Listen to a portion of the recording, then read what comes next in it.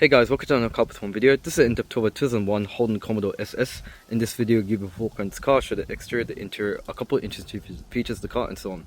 Let's get straight into it. So towards the front, being the SS version, you got the SS body kit. You can tell with the side skirts, and you got the additional fog lights. Now the model you see is a VX, so that's the updated version of the VT. So there are some slight differences opposed to the VT Commodore.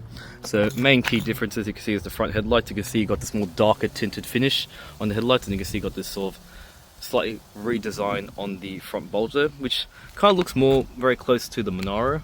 I would say the VX, which is kind of sandwiched between that and little styling cues of the VZ, and pretty much carried over from the VT. Also, you got the same sort of split grille they got, which they also did on the I think the VS's as well. So you can see that's how you can tell the differences. Key differences you can see with the SS, you got the body kit. I did mention that. You can see the lower lip front end, and you can see the additional fog lights there too. Looks pretty cool. So I'll just switch to a wide angle lens. You can get a better look at the front end. So the SS is equipped with a 5.7 litre engine, V8, produces about 225 kilowatts of power and 460 newton meters of torque. The one you see is the Gen 3 V8, so it's kind of like they've done some slight updates and stuff like that. So you can see here. Have a look at the sides here. Show the wheels. So here's the wheels. So you got alloy wheels on this one, and maybe a bit small for today's standards, but you know we're quite big back in the day. So about 17-inch wheels, so they're quite large for this time. But you can see you still got quite a fair bit of sidewall, so it means it'll be quite comfortable. So disc brakes in the front you can see here, and alloy wheels you can see. It's also cool. So being the SS, you got the SS body kit. You can see the side skirts, they look pretty cool. Aero antenna over here as well. You can see you got the flush door handles, which was carried over from the VT. Some slight differences over the VT, but pretty much the same. See some nice SS badging here too. You can probably tell the difference between the VT and the VXs from the rear end. So if you remember the VTs actually had an actual bigger tail light that went all the way around. So you can see they deleted that, which kind of looks very similar to the Monaro.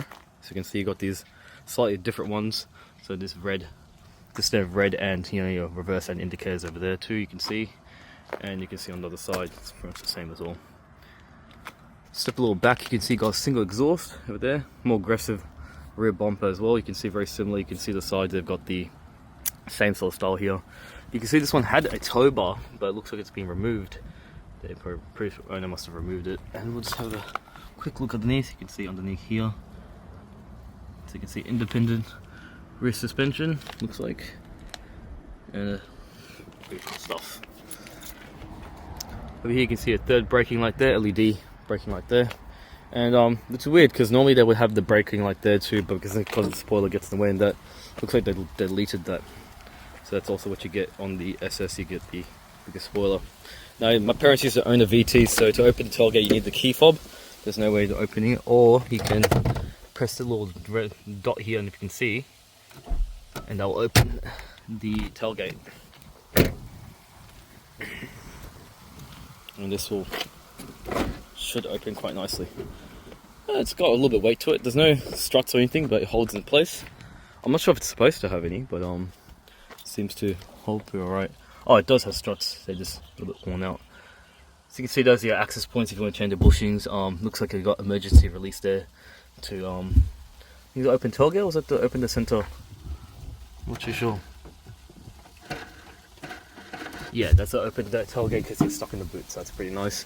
And you got a little pass through in the center there if you've got some skis and stuff like that. Because it's 2001, they don't have anything, there's no such thing as space savers, so they've got a full-size spare tire here, which is very nice. Toolkit on the side here and all that. Some people actually convert these to LPG to get more range. This one has a 75 litre fuel tank, but people did that anyway just to get more range. But yeah, pretty big boot. You can see from here. You can see you got quite a large opening. You can easily fit a suitcase and stuff like that there, so you won't be disappointed. And it's quite wide also. Not as deep as I thought it would be, but I think for the time this was actually pretty more than adequate. You can see, pretty nice. And this will just close. It's nice like that.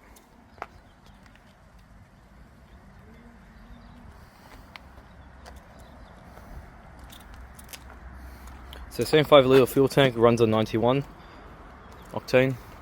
I think we'll just might just go and see, open the fuel tank so you can get a better look at that. So 91. See, I don't know if it actually tells you, but yeah, I know these run 91, so it's good. You don't have to put premium gas in these ones. So it's pretty cool. Get a better look at those wheels. This one looks in better shape than the one, so it probably looks a bit nicer. Yeah, it looks like it's been polished in some areas, because some of the paint has faded a little bit. But you can see probably the best you can see on this side here. So here's the interior. Looks pretty much the same as the VT, just apart from the dials looking a little bit different, and which you can see. Before we get in, actually, I want to show you pricing of this is 20 grand for this one. It's done about 173,000 k. It's quite low for its mileage, but yeah, 19 grand for this one. So yeah, interesting. So here's the interior of the VT Commodore. Sorry, VX SS. I'll just remove that because it just looks a bit nicer. So here's the interior. Doesn't look like much today, but back in those days, this was actually pretty good stuff. It really rivaled all the European cars at the time. Yeah, so you can see this has actually got the soft touch type of dash. So very nice here. You can see even over here where the airbag and stuff is here. Even this is actually a hard plastic and stuff like that. So key differences, well, I think with the VTs, they had a bit more of a slightly different design with the numbers and stuff looked a little bit different, and this one with the VX, they slightly changed it. So you can see you got this two-tone grey, and you got the red matching the paintwork. So I believe depending on what color you went for, they would match accordingly. So if you went for an orange one, this will be orange, and yeah, so you can see pretty standard stuff. Over here you can see you got your temperature gauge for the engine. You can see you got your rev counter, speedometer, and you can see you got a fuel gauge here. Pretty standard stuff, and you can see all your warning buttons here. You can see over here it says 174,128 kilometers. Yeah, so pretty low. So this one's got a leather wrap steering wheel, which is nice. You can see pretty good stuff. You can see all your modes, selections, all that for your radio, and this for the menu there, and this is for your volume controls and mute and stuff like that. It feels very alright. You can see your wiper controls here, and your headlight indicator controls to the right. Looks kind of similar to Lotus, because I think General Motors and Lotus did share a lot of parts, so some of the indicators and stuff they actually did share. Kind of like some of the European designs, they actually put the headlight controls here. You can see they've done that here. So this is like your headlight parkers off, and this is so your intensity and stuff like that for the lights. So pretty cool stuff, feels pretty alright. So build quality, and this is your, you can see for your fog lights, you want to turn them on. So you can see a soft touch over here. They've actually done that here. So controls here, a little bit fiddly, but you can see this is your controls for your window switches, some mirror switches. So if you want to sort of change it up, you can see this has also got a two-tone finish, and you can see your air conditioning control stuff like that here too. You can see your fan speeds here up close, high, cold, hot, and you can see different various zones. I thought this will come a clump control like you get on the Calais, but no, I guess it doesn't, which I thought was a surprise. AC and the Mister. This one's fitted with an aftermarket head unit they've installed here. I don't have the key with me for this time, they didn't give it to me, but yeah, it is what it is.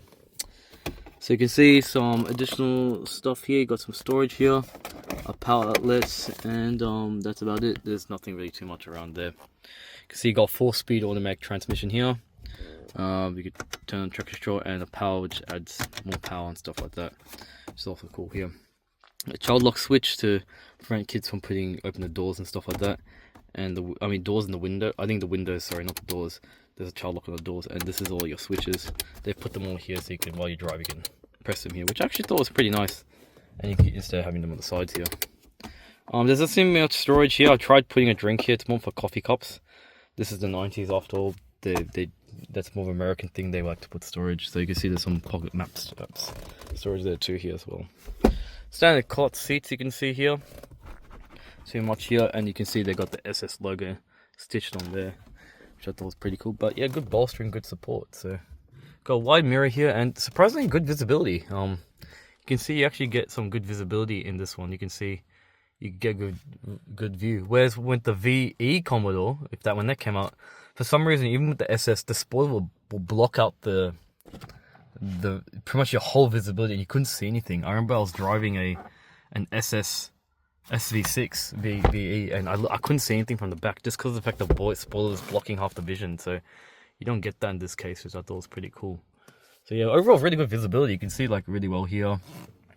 The dashboard here too. There's no real signs of any blind spots even here. You can easily see around, which I thought was pretty good. Which I felt you didn't really get with the VE. So maybe this is which is the one that replaced the VZ and stuff. So a couple of generations later. This one's got the driver's side airbag here and stuff like that.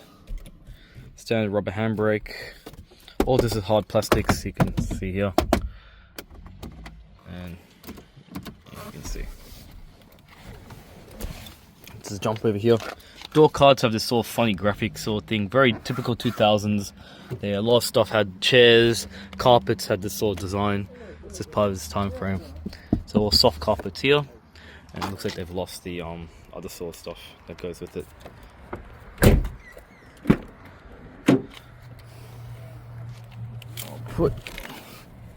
I might just put this one in the passenger side like that there.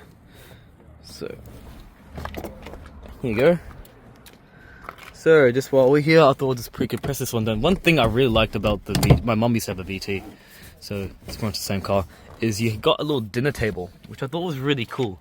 And there was many times when we'll go get McDonald's and stuff like that, and my mum just didn't have time us to sit down and eat, and we'll just eat off of this little table here, which I thought was really cool. You can fit 2 bottles here, which I've tested, which I don't have with me at the moment, and you can fit some McDonald's cups or something here. But I really love this table. This is one of my favorite features of the VX VT Commodore. So that was actually one of my favorite features. Was that? And that you unlock that by pressing that, and that locks in place there. So pretty much the same seats here. So you can see there's no headrest that raises. Being the base one, this is where you have additional speakers, which you don't get, which I think on more higher trim levels you'll get. So the step inside here, there's actually quite a fair bit of room in here. And while we're here, I thought I'll just show you. So you can see this little soft touch here, and these rear dual cards look like new, to be honest. And you can see the switches look pretty good. And yeah, you can see this is all soft touch here, and the car. This looks brand new actually. If you can see this door card here, that looks flawless. Like if you look at it compared to the driver's side one, this one looks like it was never even used. So I thought that was I find that quite interesting. So this is kind of how I guess it looked when it was new. These rear seats on the hand look kind of a little beaten up, but you can see they're quite cushiony and soft, these cloth seats. And you can see it's kind of coming a bit loose, which is very common with these cars, because what happened was the cloth will separate from the seat base, so which is unfortunate, especially on the Calais in particular. So I thought that was quite interesting. Some pockets here. Nice that they have rear air conditioning. Most cars they docked it underneath the seat. They didn't do that with the Commodore, so you can see you got some actual vents. And then this one is the door's broken, but there's normally a ashtray or something there. Jump in here, rear wheel drive, so all the power goes to the rear of the vehicle. So you can see you got a large transmission tunnel, so there's no real place to keep your feet on your sides here, but you still are quite comfortable and stuff like that. And I'll just show you the dashboard from the rear seat. Here you go.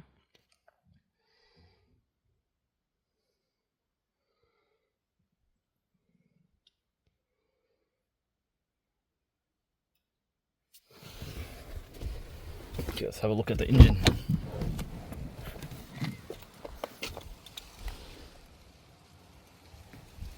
Okay, so let's have a look at that engine. So it is 225 kilowatts, 460 newton of torque, 5.7 litre 8 V8, in case you're wondering. So if I pull this little button here, lever, sorry, correction, you're greeted with a large engine sensor. There you go. So here's the engine. So if you're wondering why it looks similar, I think some of the Commodores they were fitted with an LS3, which were the ones they used in the Corvettes. I'm not sure if this is one of them, but I might be actually, not too sure. So here's the engine bay here, because you can see got your airbox on the side here. coolant, power steering fluid. You see you've got your battery obviously, ABS system, and your, well, what is that? Oh, that's your brake fluid over there too. Very interesting stuff.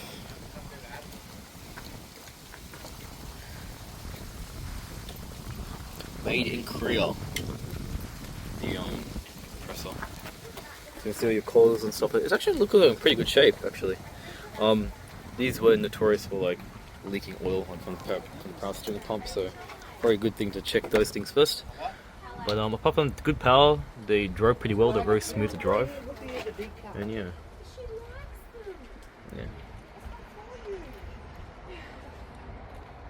Have a look inside that one. You can see up close. Yeah, very cool stuff. In terms of range, I'm not too sure how much range you can get out of these cars. I'll probably let you know.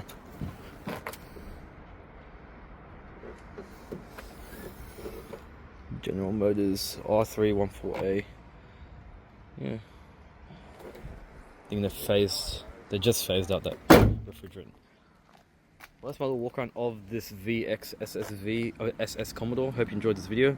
This car is for sale at Milson Motors. I'll leave in Car City. I'll leave the details in the description below. This car is for sale for $19,990. Hope you enjoyed this video, and thanks for watching this video. Take care, guys.